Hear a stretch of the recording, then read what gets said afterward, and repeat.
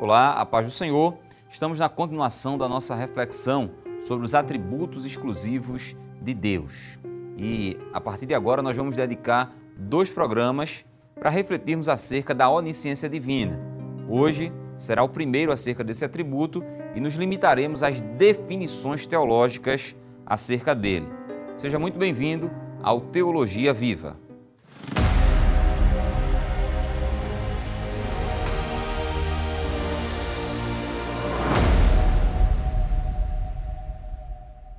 Nós dedicamos anteriormente 2 programas ao atributo exclusivo da onipotência e agora nós passaremos a refletir acerca da onisciência de Deus. Nós usaremos o mesmo método.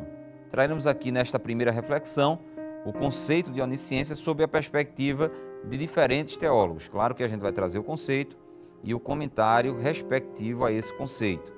E depois, em um outro programa, nós traremos aqui a exposição bíblica de tal atributo. Comecemos então. O primeiro teólogo que gostaríamos de trazer para este estudo é aquele teólogo que a gente sempre está utilizando, o teólogo pentecostal Eurico Bergsten. Interessante que a primeira consideração que ele faz acerca da onisciência divina é a seguinte, confira comigo.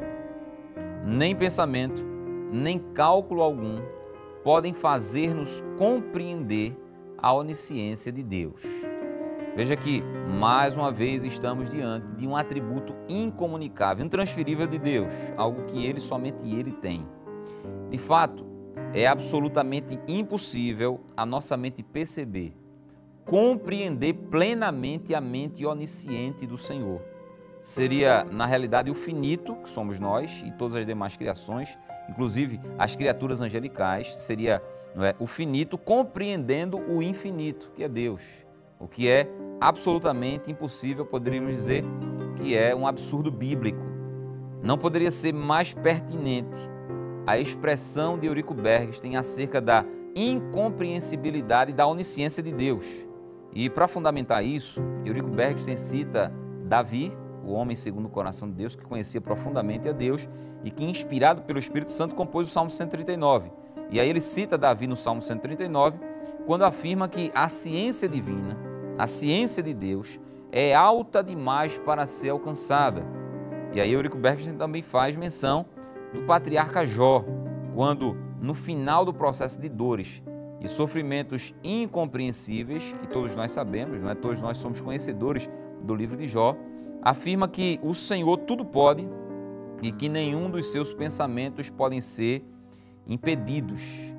Como nós veremos mais adiante, a onisciência divina abrange absoluta e detalhadamente todas as coisas que há nos céus e na terra, visíveis e invisíveis, reais ou possíveis, passadas, presentes e futuras. Nós entraremos em maiores detalhes posteriormente, mas é algo absolutamente extraordinário, é algo absolutamente fantástico poder contemplar um pouco a onisciência divina nas páginas sagradas. E nós vamos ver tudo isso quando trouxermos mais algumas definições e também quando trouxermos a fundamentação bíblica acerca da onisciência. Uma outra consideração que Eurico Bergsten faz é a seguinte, veja aí. A onisciência de Deus não é um resultado de seu esforço de aprender. Até o mais alto grau da sabedoria ou da ciência que um homem possa atingir tem em Deus a sua origem. Interessante isso, não? Deus nunca aprendeu nada com ninguém e jamais aprenderá. Por quê? Porque Ele, Deus, e somente Ele é onisciente.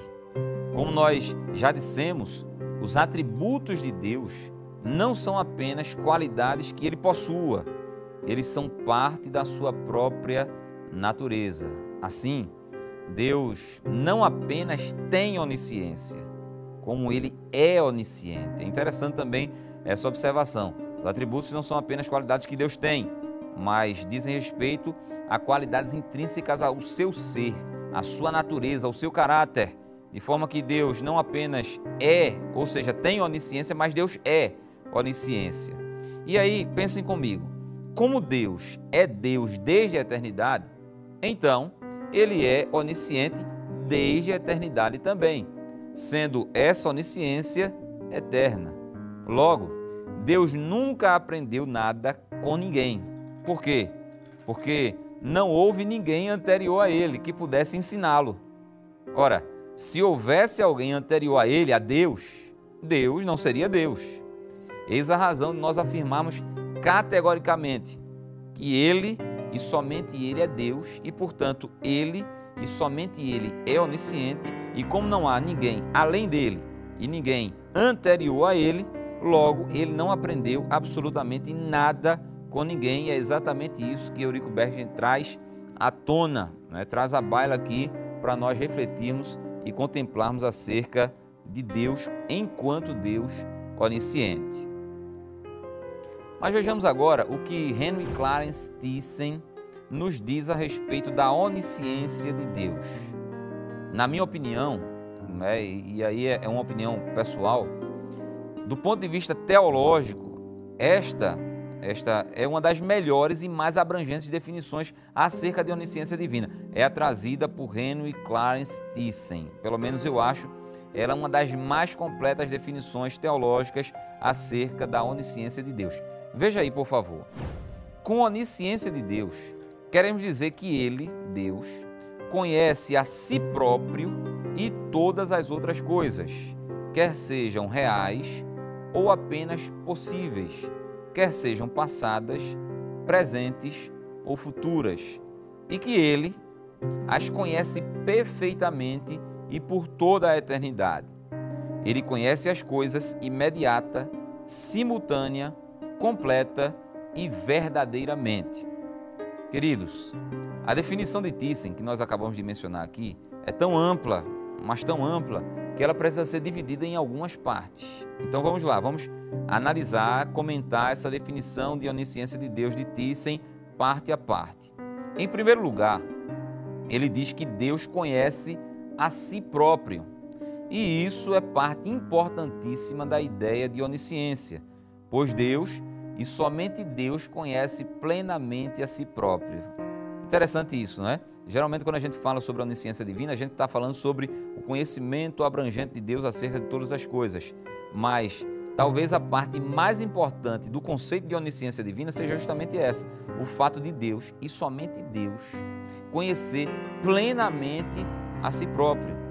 Somente as pessoas da Santíssima Trindade é que conhecem os pormenores de sua natureza e de seu relacionamento interno. Então, é o Pai, o Filho e o Espírito Santo que se conhecem mutuamente e plenamente, totalmente, e somente eles se conhecem entre si, e mais ninguém, absolutamente mais ninguém. Assim, Deus é onisciente, primeiramente porque Ele e somente Ele conhece a si próprio plenamente. E eu, só para fundamentar ainda mais isso que eu estou afirmando, um dos sentidos da expressão eu sou, que aparece lá em Êxodo capítulo 14, é o seguinte: quando Deus diz eu sou o que sou, Ele está dizendo que nele, em Deus, não existe nada além do seu próprio ser, não existe nada além do seu próprio eu. Tudo em Deus é Ele próprio, sem margem para mais nada ou ninguém. Somente Ele conhece plenamente o seu próprio ser, o seu próprio eu. E aí, uma outra coisa que Thyssen nos diz é que Deus conhece, além de si próprio, como nós acabamos de ver, Ele conhece todas as coisas, quer sejam reais ou quer sejam apenas possíveis. E isso, se a gente para analisar um pouco mais, é absolutamente maravilhoso e merece uma reflexão um pouco mais detida. Veja, Deus conhece tudo o que foi e como poderia ter sido e não foi, ou seja, Ele conhece plenamente o passado. Deus conhece tudo o que é e como poderia ser, mas não é. Isso significa dizer que Deus conhece o presente. E Deus conhece tudo o que acontecerá e como poderia acontecer e na realidade não acontecerá, ou seja, Ele conhece plenamente o futuro. Somente o onisciente Deus poderia captar todas essas coisas. Tudo isso quer dizer que Deus sabe como seria a história, como seria a humanidade, se outros caminhos tivessem sido escolhidos no passado. Deus também sabe como poderia ser o futuro de uma pessoa ou de uma nação, se nesse exato momento, agora no presente, essas pessoas ou essas nações fizessem escolhas diferentes das que estão fazendo. Isso não é maravilhoso?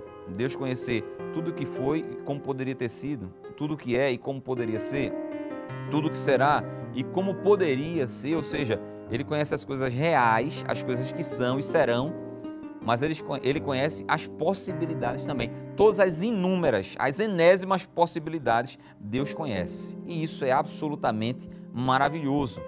Por isso, Davi disse que tal ciência era alta demais para ele.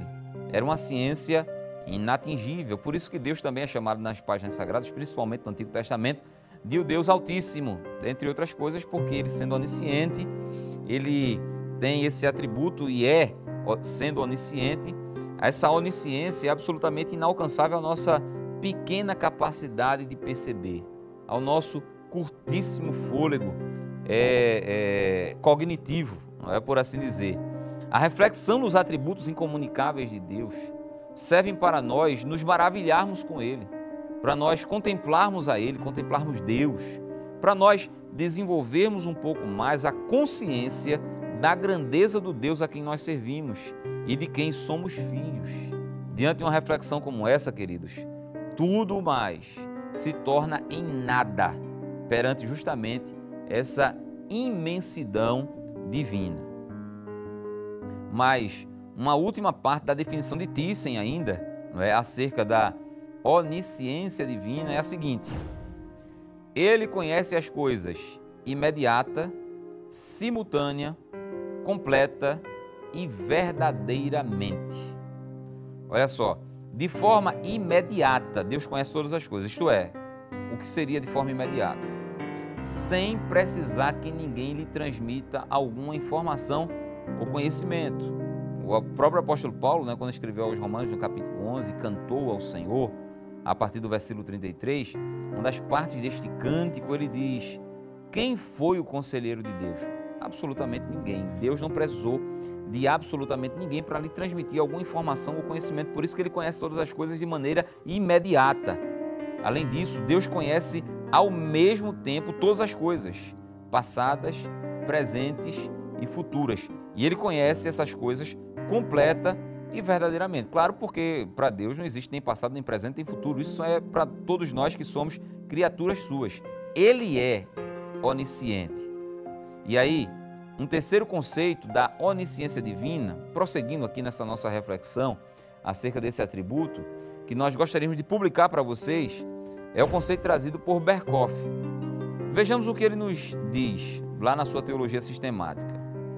A perfeição de Deus, pela qual Ele, de maneira inteiramente única, conhece-se a si próprio e a todas as coisas possíveis e reais num só ato eterno e simples. Vejam só, nós, como dissemos nos programas anteriores, cada teólogo traz o seu conceito acerca dos atributos exclusivos e há muita similaridade entre esses conceitos. A essência dos conceitos é praticamente a mesma, mas você percebe que cada um dos teólogos explora um aspecto diferente nesses conceitos, não é? E algo que nós podemos destacar na definição de Berkhof, que nós acabamos de ler para vocês, é a correlação entre a onisciência e a eternidade de Deus. Mais uma vez enfatizamos essa verdade. Os atributos de Deus atuam em plena harmonia entre si, no seu ser, na sua pessoa. Veja que Berkhof diz que o Senhor conhece todas as coisas num só ato eterno e simples. O que significa isso? Isso significa que Deus conhece todas as coisas de uma só vez e por toda a eternidade. Nós traremos a fundamentação bíblica depois, mas vale a pena aqui antecipar um texto bíblico que corrobora com esse pensamento de Berkhof, que é o de Hebreus capítulo 4, versículo 13. Está escrito o seguinte: e não há criatura alguma encoberta diante dele. Antes, todas as coisas estão nuas e patentes aos olhos daquele com quem temos de tratar. Observe, queridos, que há um detalhe nesse texto. E qual é o detalhe? O escritor aos Hebreus não disse que todas as coisas estiveram ou estarão diante dos olhos divinos. Ele está dizendo, e ele é taxativo ao afirmar que todas as coisas estão nuas e patentes aos olhos de Deus, aos olhos do Deus onisciente. E só é possível compreender essa expressão se, além de crermos na onisciência de Deus, crermos também na sua eternidade. Por quê? Porque, como eu disse, as coisas não estiveram, não estarão. Para Deus, o Deus eterno, tudo é um constante presente. E o que é um constante presente? O que é o congelamento do presente? É a eternidade. Porque a eternidade diz respeito à não contagem de tempo, à não contagem de dias. Tudo é um eterno presente. Por isso que Deus olha num plano só, passado, presente e futuro, e conhece todas as coisas simultaneamente. Isso porque, além de onisciente, Deus é eterno, e sobre a eternidade nós dedicaremos outros programas posteriormente. Um quarto conceito teológico da onisciência divina que queremos apresentar aqui é o de Walter Brunelli. Trata-se de uma definição bem simples, porém muito pertinente. Se não, vejamos. Onisciência, portanto, significa saber tudo. Assim é Deus, uma pessoa que sabe absolutamente tudo.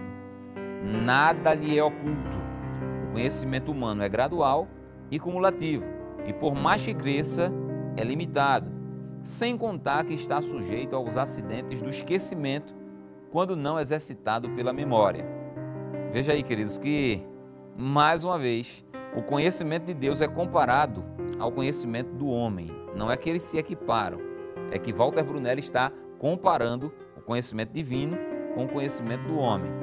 E aí, infelizmente, há homens profundamente arrogantes que julgam saber muito. Veja, aqueles que julgam saber muito já são arrogantes, já são prepotentes, já são insanos. E alguns, já no estado de loucura total, julgam saber de tudo.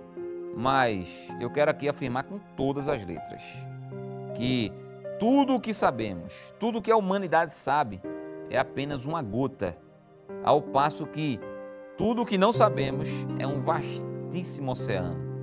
Nem somos e nem sabemos absolutamente nada quando comparamos o nosso conhecimento ao conhecimento do onisciente Deus, ao conhecimento infinito acerca de Deus. Portanto, se você conhece alguém, ou se você é alguém que julga saber muita coisa, ou que julga saber de tudo, eu quero dizer que do ponto de vista espiritual, talvez não psiquiátrico, mas do ponto de vista espiritual, você está em estado de plena loucura. Por quê?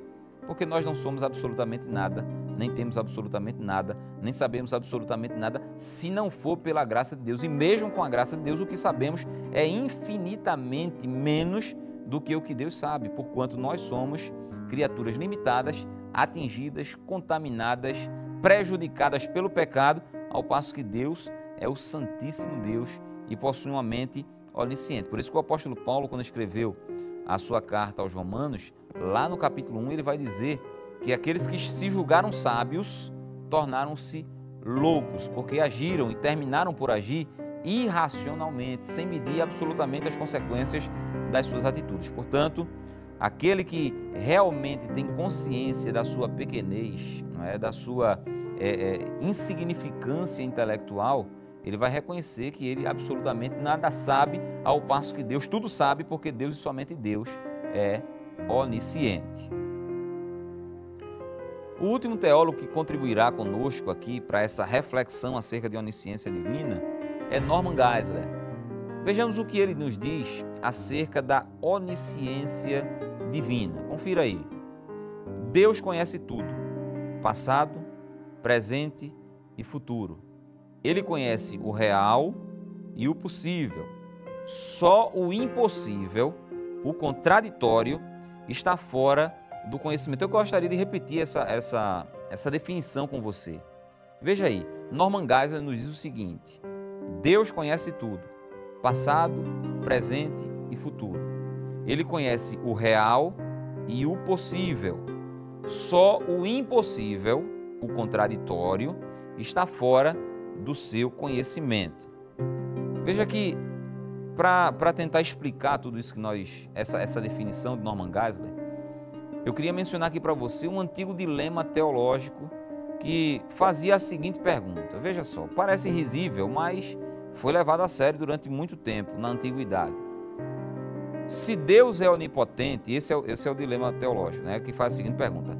Se Deus é onipotente, então ele pode criar uma pedra tão pesada que não possa suportar? De novo, se Deus é onipotente, então ele pode criar uma pedra tão pesada que não possa suportar? A resposta é um sonoro não. Deus não pode criar uma pedra tão pesada que ele não possa suportar. E por que nós estamos dizendo que a resposta é um sonoro não? Porque aí havia esse dilema teológico na história da teologia na antiguidade. Vejam só. Eles diziam assim, olha, se Deus pode criar uma pedra tão pesada que ele não possa suportar, então ele não é Deus. Ele em algum momento vai fraquejar, porque a pedra é pesada demais para ele. Por outro lado, se ele pode criar uma pedra tão pesada que ele não possa suportar, ele é um Deus contraditório em si mesmo. Então, Deus criar uma pedra tão pesada que não pudesse suportar é atribuir a Deus algo contraditório, algo que vai de encontro às suas perfeições infinitas e, portanto, algo impossível. Nós já vimos aqui, quando refletimos sobre a onipotência divina, que existem coisas impossíveis, sim, a despeito do texto de Lucas 1,37, que diz, porque para Deus nada é impossível. Claro que a impossibilidade ali é justamente impossibilidades reais, impossibilidades possíveis, por assim dizer. Existem coisas impossíveis, não é? Como, por exemplo, não é? Deus não pode criar um dilema para o qual ele não tenha uma saída. Ou seja, Deus não pode criar uma questão, não é, tão complexa em si mesma que ele não tenha a resposta, porque isso seria contraditório, isso seria impossível. E ele nem pode criar um problema para o qual ele não tenha a solução. Isso seria uma tentativa de diminuir Deus, de atribuir-lhe alguma contradição, algum erro. Dessa forma, a única coisa que Deus não pode imaginar, preste bem atenção nisso, a única coisa que Deus não pode imaginar é Ele mesmo cometendo qualquer erro ou cometendo qualquer pecado que seja. Ele é tão santo e tão infinitamente perfeito que sequer pode imaginar-se pecando ou deixando de ser Deus. Isso é absolutamente impossível. Por que nós estamos dizendo isso? Porque nós sabemos que uma coisa é o processo, abrindo parênteses aqui, uma coisa é o processo de tentação em relação ao pecado. Então, o homem, o ser humano, ele pode imaginar o pecado e não consumar esse pecado. Ele pode involuntariamente ver-se pensando no pecado, pensando em algo contraditório e de repente ele fugir daquele tipo de pensamento e não consumar aquele pensamento. Mas Deus é tão santo, Deus é tão perfeito, Deus é tão infinito que sequer pensar em pecar ele pode. Isso é impossível, porque isso vai de encontro às perfeições infinitas que estão em Deus. Ele não pode sequer pensar em deixar de ser Deus, porque isso também iria de encontro à sua natureza santa, à sua natureza infinita, à sua natureza perfeita. Por isso que Brunelli afirma que só o impossível, na sua definição, só o impossível ou somente o contraditório é que está fora do conhecimento divino, é que está fora da mente onisciente de Deus. E quando eu digo que está fora, e quando eu digo que Deus não pode fazer, que Deus não pode pensar, que Deus não pode imaginar, não é porque eu estou dizendo que Ele não pode, não é porque alguém o pressionou a não poder, não é por causa de alguma limitação dele, é justamente porque Ele, somente Ele se obriga, a sua própria natureza santa se obriga, não é isso? A que Ele seja infinitamente perfeito. Portanto, Deus, e somente Deus é onisciente. E nós estamos encerrando essa nossa reflexão acerca da onisciência divina. E eu poderia dizer a vocês, fazendo somente um rápido repasso, dizendo o seguinte, que a onisciência é o poder segundo o qual Deus conhece absolutamente todas as coisas, passadas, presentes e futuras, visíveis e invisíveis, reais e possíveis. Porque nós vimos aqui, nós nos maravilhamos juntos ao dizer que Deus conhece tudo o que foi, como poderia ter sido e não foi. Deus conhece tudo o que é e como poderia ser e não está sendo. E Deus conhece tudo o que será e como poderia ser e não será. Isso, é claro, a gente sabe nominar, mas a gente jamais conseguirá perceber, porque nós somos cientes, limitadamente cientes, ao passo que Deus e somente Deus é ilimitadamente onisciente, conhece tudo e conhece todas as coisas.